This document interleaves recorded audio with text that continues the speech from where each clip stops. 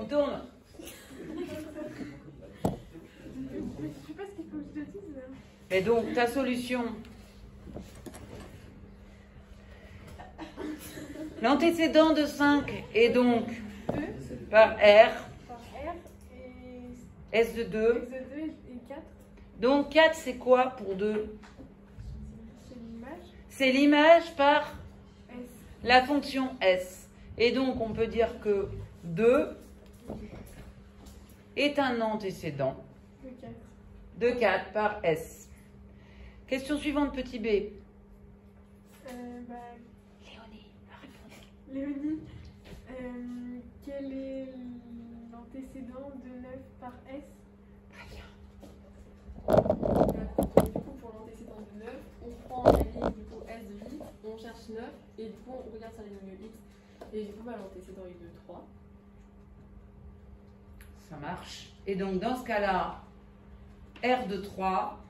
Du coup, bah, R de 3, oui, c'est comme ça. R de 3, tu le lis où? Du coup, R de 3, l'antécédent est de 1. Ah non, R de 3, c'est l'image de 3 par R. Ah, bah, du coup, l'image est de 7. L'image est de 7. Voilà.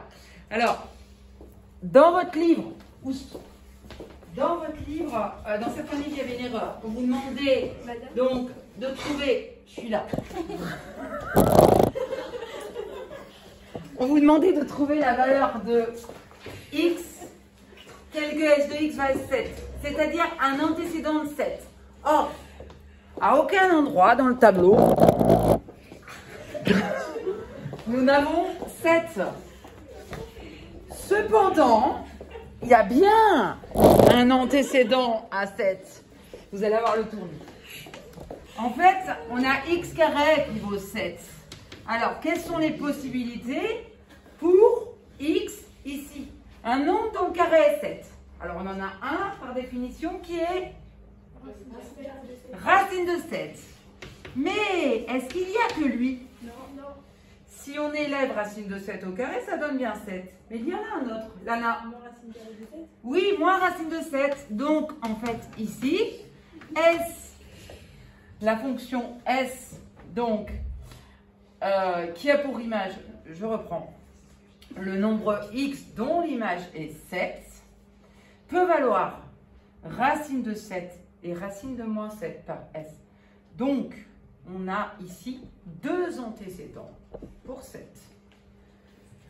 Et dans ce cas-là, il faudrait calculer R de X et forcément, on remplace R de racine de 7 et ça nous donne ce qu'on fait la question, 2 racine de 7 plus 5, remplace dans la formule.